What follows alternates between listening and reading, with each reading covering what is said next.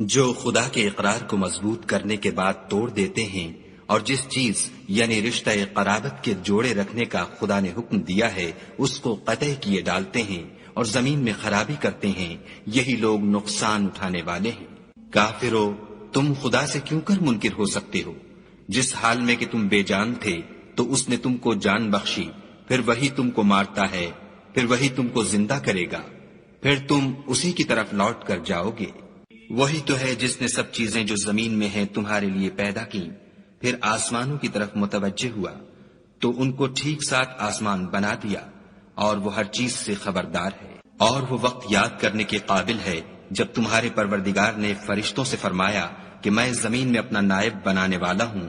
انہوں نے کہا، کیا تو اس میں ایسے شخص کو نائب بنانا چاہتا ہے جو خرابیاں کرے اور کشت و خون کرتا پھرے، اور ہم تیری تعریف کے ساتھ تسبیح و تقدیس کرتے رہتے ہیں۔ خدا نے فرمایا، میں وہ باتیں جانتا ہوں جو تم نہیں جانتے۔